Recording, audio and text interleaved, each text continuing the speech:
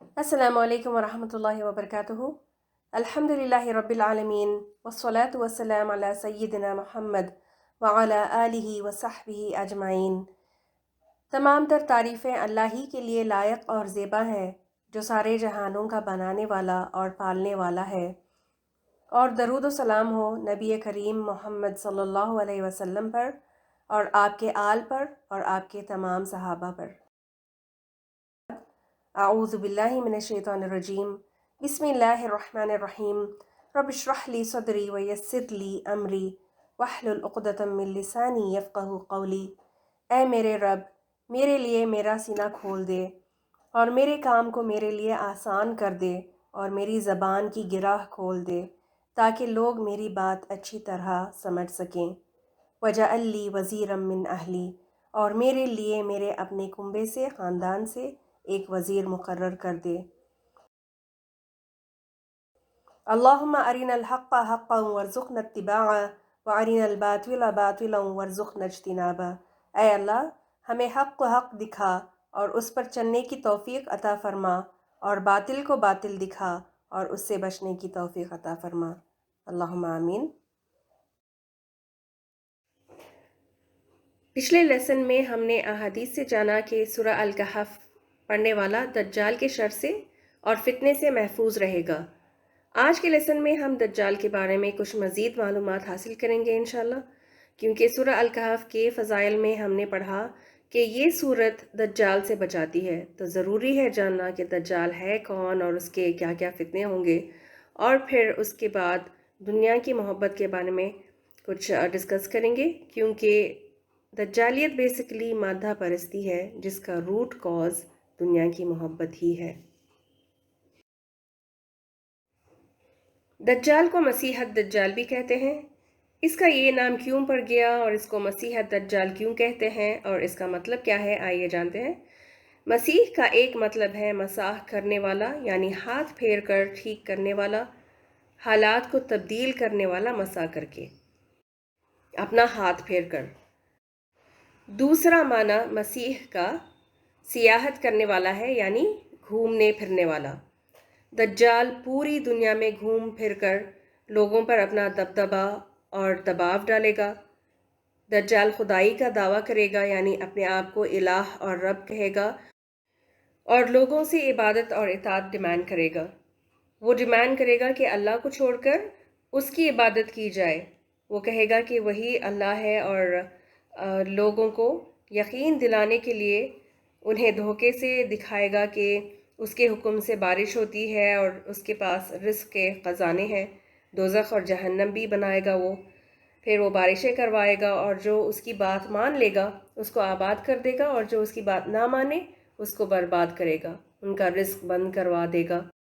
پھر اسی طرح غیبوں کی خبریں جو ہے وہ سنائے گا، اور بہت کچھ کرے گا جس سے لوگ یا تو اس سے مرعوب ہو جائیں گے، اس کے انفلوئنس میں آ جائیں گے، یا پھر ڈر کے مارے اس کی بات مان کر اس کے فتنے میں پھنس جائیں گے۔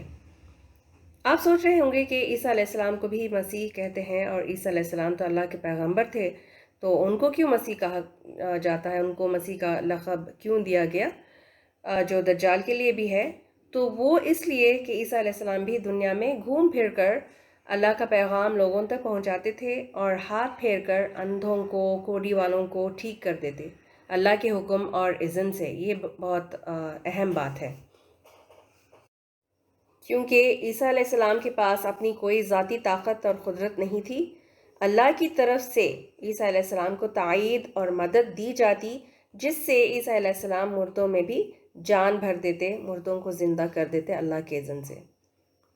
اور پھر دجال کا لفظ دیکھیں، دجال کا لفظ جو ہے دال جیم لام سے ہے، یہ اس کے روٹ لیٹرز ہیں، اور دجال کا مطلب ہے دھوکہ دینے والا، فریب کرنے والا اور نہایت جھوٹا، ون ہو ڈسیوز پیپل۔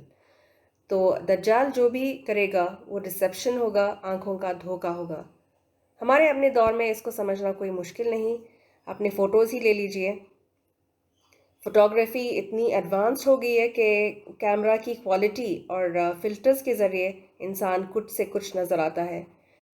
تصویر میں دکھنے والی لڑکی اصلیت میں کچھ اور ہی ہوتی ہے۔ اسکرین پر جو کچھ ہم دیکھتے ہیں، جو نظر آتا ہے، اور جو اوریجنلٹی ہے میں تو لگتا ہے زمین آسمان کا فرق ہے۔ پھر اسی طرح لیزر ٹیکنالوجی کے ذریعے، ہولوگرام اور ہولوگرافکس کے ذریعے 3D امیجز کریٹ کر کے لوگ وہ سارا کچھ دیکھ رہے ہوتے ہیں جو اصل میں ہوتا کچھ نہیں۔ اسی ٹیکنالوجی سے دجال دھوکہ دے گا، ایسے ایسے معجزے دکھائے گا اور لوگوں کو امپریس کر کے ان کو پھانس لے گا۔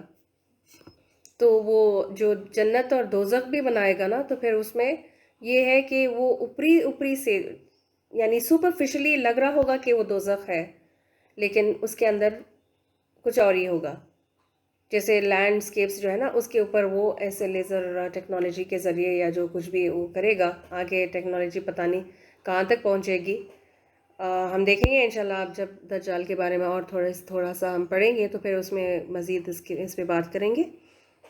تو لوگ جو ہے بیسیکلی میریکل سے، عجوبوں سے، معجزوں سے بہت متاثر ہوتے ہیں، اس سے انفلوئنس ہو کر پھر غلط عقیدہ بھی پال لیتے ہیں۔ اسی لیے کچھ لوگ عیسیٰ علیہ السلام کی کراماتی چیزوں سے مرعوب ہو کر عیسیٰ علیہ السلام کو خدا مان بیٹھے، جبکہ عیسیٰ علیہ السلام نے کبھی بھی خدائی کا دعویٰ نہیں کیا تھا، اور وہ ہمیشہ لوگوں کو یہی بتاتے رہے کہ میں اللہ کا رسول ہوں جو تمہاری طرف بھیجا گیا ہوں۔ عموماً لوگ فائدہ دینے والے کو خدا مان لیتے ہیں، جس سے بھی فائدہ کچھ بھی ملے، خاص طور پر مال، پیسے جس سے مل جائے، اس کو پوجنے لگ جاتے ہیں۔ کچھ لوگ اپنے ٹرکس کی، ٹریکٹرز کی، دکانوں کی پوجا کرتے ہیں، یہ سوچ کر کہ یہی ہمیں روزی دیتے ہیں۔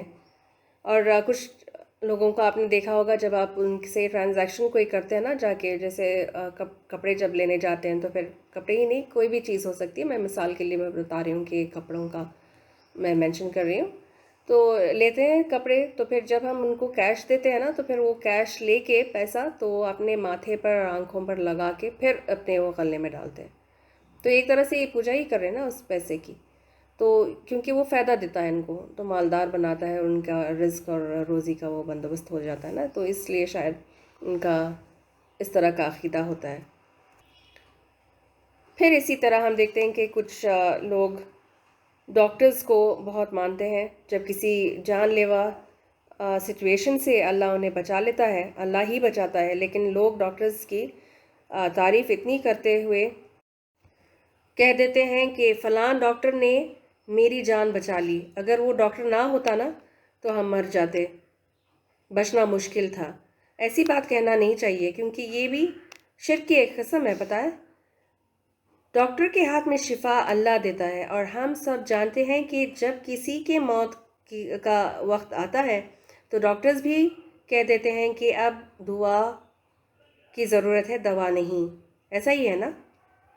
تو دجال بھی جب آئے گا، لوگوں کو خوب فائدے دے گا، دنیا کا دھوکہ دے گا، لوگوں کو معجزے اور میریکلز دکھا کر ان پر حکومت کرے گا، لیکن صرف وہ لوگ اس کے جھانسے میں آئیں گے جن کا ایمان بہت ہی زیادہ کمزور ہوگا اور جن میں دنیا کی محبت زیادہ ہوگی۔ تو خلاصہ کیا ہے؟ دجال دنیا کی رنگینی اور زینت سے لوگوں کو مرعوب کرے گا، دنیا کے عیش و آرام اور آرائشوں کا لالچ دے گا اور لوگوں سے عبادت ڈیمانڈ کرے گا۔ وہ اپنے کرتب اور کرتوتوں سے لوگوں کو بہکائے گا، اور میٹیریلسٹک لوگ جو ہیں وہ دجال کے دھوکے میں پھنسیں گے۔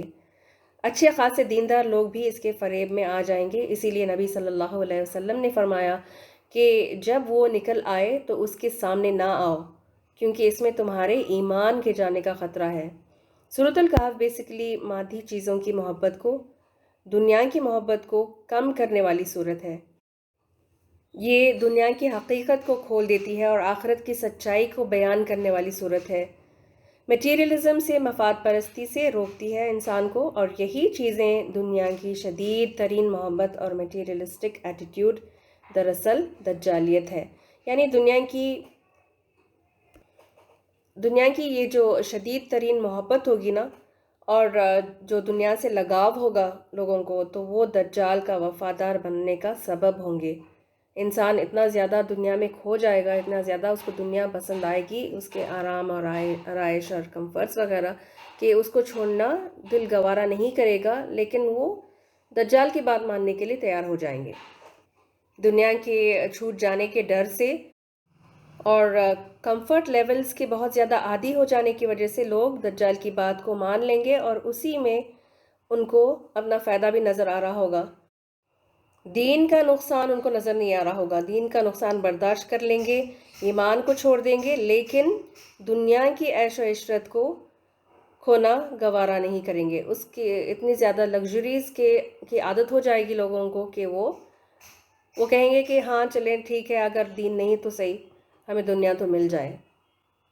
تو سورۃ الکہف ہے نا، ایک طرح سے یہ دنیا کی محبت جو ہے اس کو کم کرنے میں بہت فائدہ دیتی ہے، جو اس کو سمجھ کر پڑھے۔ ہمارا مسئلہ یہ ہے کہ ہم سمجھ کر نہیں پڑھتے نا، تو برکت کے لیے اور قرآن خوانی کے لیے میتوں میں پڑھ لیتے ہیں، تو اس میں ہمیں نظر نہیں آتا کہ اس میں لکھا کیا ہے۔ تو انشاءاللہ اس کورس کے بعد انشاءاللہ ہم دعا بھی کرتے ہیں کہ یہ ہمیں بہت زیادہ فائدہ دے، مفید ثابت ہو، اور ہماری سمجھ بوجھ میں بہت زیادہ اضافہ ہو، علم میں اضافہ ہو، آمین یا رب۔ ہم یہ بہت سنتے ہیں نا، دنیا کی محبت، دنیا کی محبت، لیکن دنیا کی محبت سے مراد کیا ہے؟ دنیا کے لفظ میں کیا کیا چیزیں شامل ہوں گی؟ تو آئیے اس کی ایک تھوڑی سی چھوٹی سی ایک لسٹ بناتے ہیں، ویسے تو لسٹ بہت طویل ہوگی، میں تھوڑے سے آپ کو گنوا دیتی ہوں۔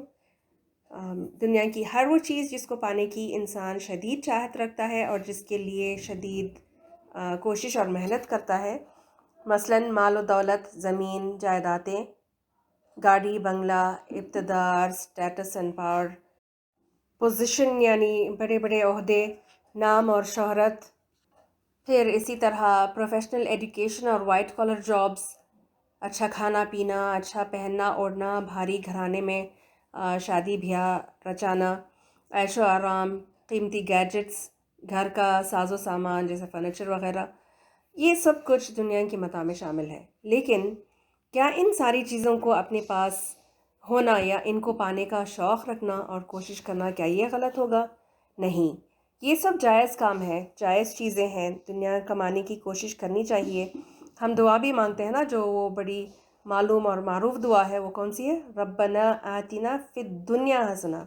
آخرت کے حسنات سے پہلے ہم دنیا کی اچھی چیزوں کا سوال کرتے ہیں اللہ سے اس دعا میں۔ تو دنیا کے لیے محنت بھی کرنی چاہیے، دنیا مانگنی بھی درست ہے، اور اللہ ہم سب کو دے دنیا کی آرائشیں۔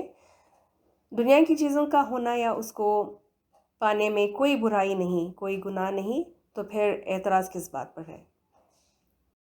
اعتراض اس بات پر ہے کہ انسان دنیا ہی کے کاموں میں مشغول ہو کر فرائض کو پیچھے چھوڑ دے۔ یہ کہاں کی عقل مندی ہے؟ دین کے مقابلے میں دنیا کو زیادہ ترجیح دینا، اس بات پر اعتراض ہے۔ دین سے غافل رہنا، دین کے کاموں کو مختصر رکھنا، یا پھر بالکل کوئی بھی امپورٹنس ہی نہ دینا، شریعت پر نہ چلنا، شریعت کے خلاف کام کرنا، احکامات کا خیال نہ رکھنا، پھر حلال و حرام اس کی بالکل بھی پرواہ نہ کرنا، لحاظ نہ کرنا دنیا کی چیزوں کو حاصل کرنے میں، تو یہ سارا کچھ منع ہے، اس بات پر اعتراض ہے۔ ان سب کی ہم پریکٹیکل مثال دیکھتے ہیں، پریکٹیکل اگزامپل سے ہی بات زیادہ واضح ہوتی ہے۔ دین کے کاموں میں جو سب سے پہلا دین کا کام جو چھوڑ دیتے ہیں لوگ، وہ نمازیں ہیں۔ عام روٹین میں پڑھنے والے لوگ بھی ذرا سا کسی فنکشن میں، کسی شادی میں جائیں، شاپنگ کے لیے جائیں، سفر پر جائیں تو نماز گل، اور بہانے دیکھیں کس طرح کے دیتے ہیں۔ ٹائم نہیں ملا، وضو کرنے کی خاطر پورا میک اپ دھونا پڑ رہا تھا، کپڑے اتنے بھاری پہنے ہوئے تھے کہ واش روم جانا مشکل تھا، وضو بنانا مشکل تھا، تو ہم نے سوچا گھر جانے کے بعد ساری نمازیں نا اکٹھا پڑھ لیں گے۔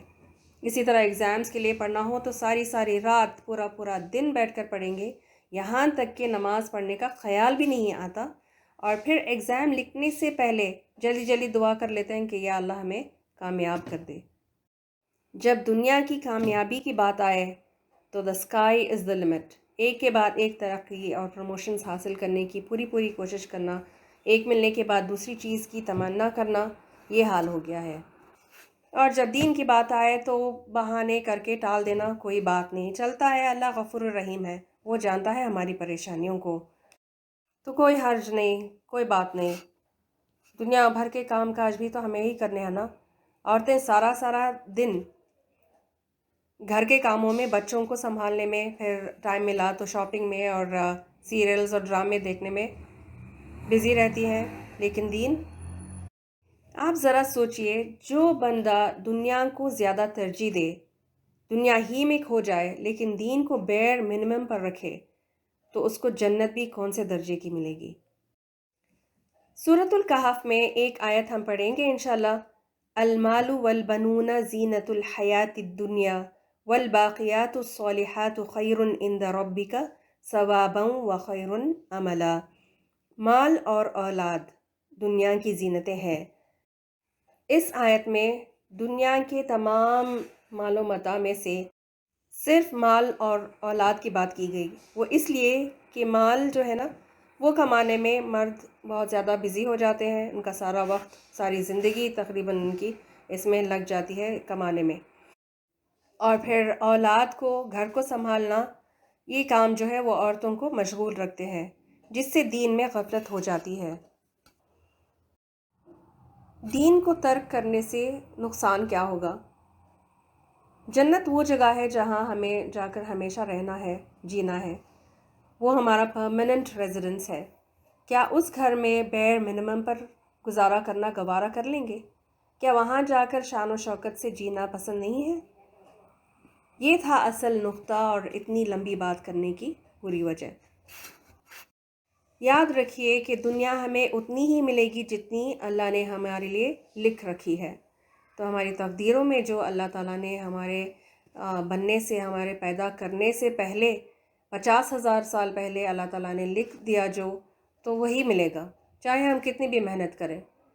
لیکن جو آخرت ہے نا، وہ ہم اپنے اعمال کے ذریعے سے، ہم اپنے دین کے کمٹمنٹ کی وجہ سے ہمیں وہ مقام ملے گا۔ تو زیادہ ترجیح کس چیز کو دینی چاہیے؟ آخرت کو۔ لیکن ہم غافل اس لیے ہوتے ہیں کیونکہ دنیا جو ہے نا وہ ہمیں بہت جلد مل جاتی ہے، اسی لیے اس کی رغبت بھی زیادہ ہوتی ہے، کیونکہ ہمیں پتہ ہے کہ ڈاکٹر MBBS پڑھنے کے بعد اس کی تو لائف بن جائے گی، تو ہم بہت قریب کی چیز پہ فوکس رکھتے ہیں، اور جو بعد میں آنے والی آخرت کی زندگی جو ہے، لیکن جو زیادہ پائیدار رہنے والی ہے، اس کو بھول جاتے ہیں۔ نبی صلی اللہ علیہ وسلم نے تاکید کی کہ دنیا کے معاملے میں اپنوں سے نیچے والے طبقے کے لوگوں کو دیکھو، اس سے تمہارے اندر شکر گزاری پیدا ہوگی کہ ہمارے پاس دنیا کا یہ اور یہ سامان ہے الحمدللہ، اور ان کے پاس یہ سب کچھ نہیں ہے۔ اور دین کے معاملے میں اپنے سے اوپر والوں کو دیکھو کہ وہ کتنے دیندار اور شریعت کے پابند ہیں، تو اپنے اندر بھی خدا خوفی کا جذبہ پیدا ہوگا۔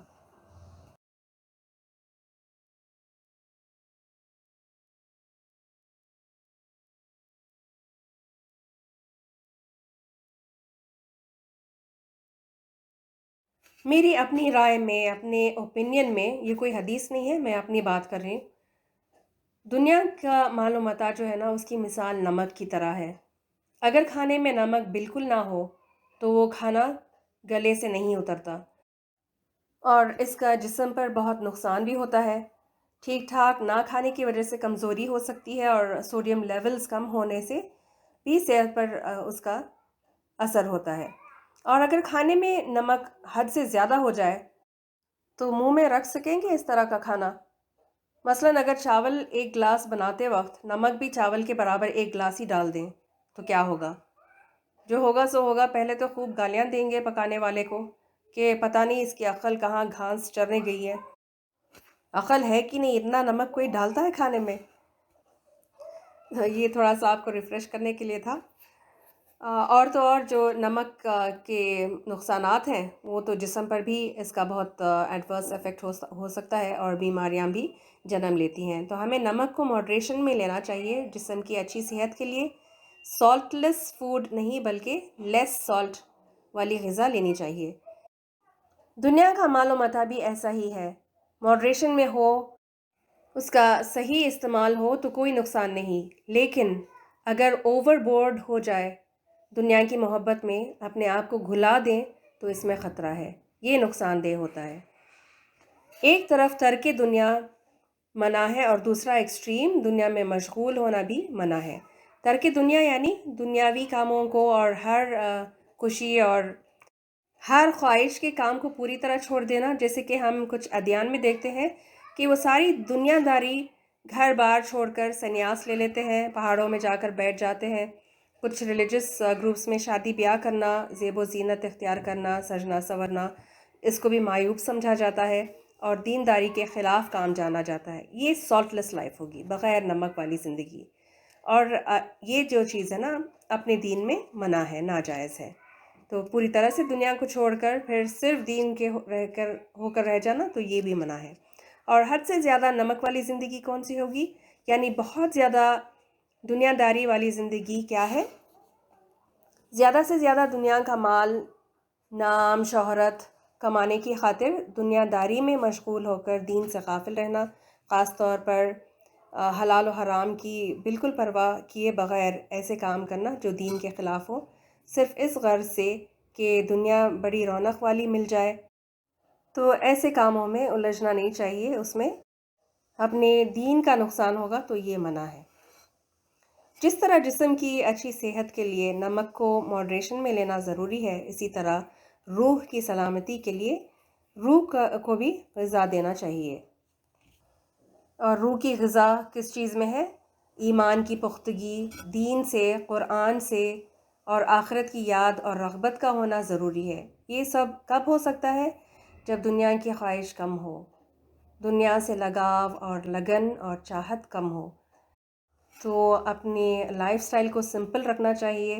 اپنی طاقت سے زیادہ بڑی چیز کی رغبت کریں گے تو سکون بھی کھو بیٹھیں گے، سکون چلا جائے گا، اور اگر پا لیں تو کمفرٹس کی عادت پڑ جائے گی، آرام پسند بن جائیں گے۔ پھر اس آرام کو برقرار رکھنے کے لیے دجال کی بات کو مان لینے میں کوئی پرابلم نہیں محسوس کریں گے، کوئی اس میں حرج پرابلم نہیں نظر آئے گی۔ میٹیریلزم جب آ جائے دل میں تو ایمان کم ہو جاتا ہے اور پھر دجال کا سامنا کرنا ممکن نہیں ہوگا۔ لیکن جن کو آخرت زیادہ محبوب، زیادہ عزیز، زیادہ امپورٹنٹ ہوگی، جن کا ایمان پختہ ہوگا، یقین ہوگا آخرت پر جن کو، وہ دنیا سے کوئی خاص اٹیچمنٹ نہیں رکھیں گے اور اللہ انہیں دجال کے فتنے سے محفوظ رکھے گا۔ جو بندے اللہ کے دیے ہوئے پر راضی ہوں گے، کم پر بھی گزارا کر لیں گے، کمپرومائزنگ ایٹیٹیوڈ جن کا ہوگا، وہ دین پر عمل کرنے کو زیادہ پسند کریں گے، یہ سوچ کر کہ مجھے دنیا ملے نہ ملے، دنیا نہ ملے تو نہ صحیح، مجھے جنت مل جائے بس۔ ایسے لوگ ہی کنفرنٹ کر پائیں گے اس سخت فتنے کو۔ سورۃ الکہف کے مضامین میں 4 قصے ہیں اور ان کے درمیان ابلیس کا قصہ مختصر سا ہے، اور پھر ان سب کے بیچ میں دنیا کی حقیقت اور آخرت کی اصلیت کا بیان ہے، تاکہ جو اس کو پڑھے اس کا ایمان کامل ہو جائے اور آخرت پر سچا یقین مل جائے۔ چلے کافی ہے آج کے لیے اتنا، آج کا سیشن یہاں ختم کرتے ہیں، اگلی بات نیکسٹ لیسن میں کنٹینیو کریں گے انشاءاللہ۔ بارک اللہ لی ولکم فی القرآن الکریم ونفعنی وإیاکم بالآیات وذکر الحکیم، وآخر دعوانا ان الحمد للہ رب العالمین۔ سبحانک اللہم وبحمدک، نشہد ان لا الہ الا انت، نستغفرک ونتوب الیک۔ السلام علیکم ورحمۃ اللہ وبرکاتہ۔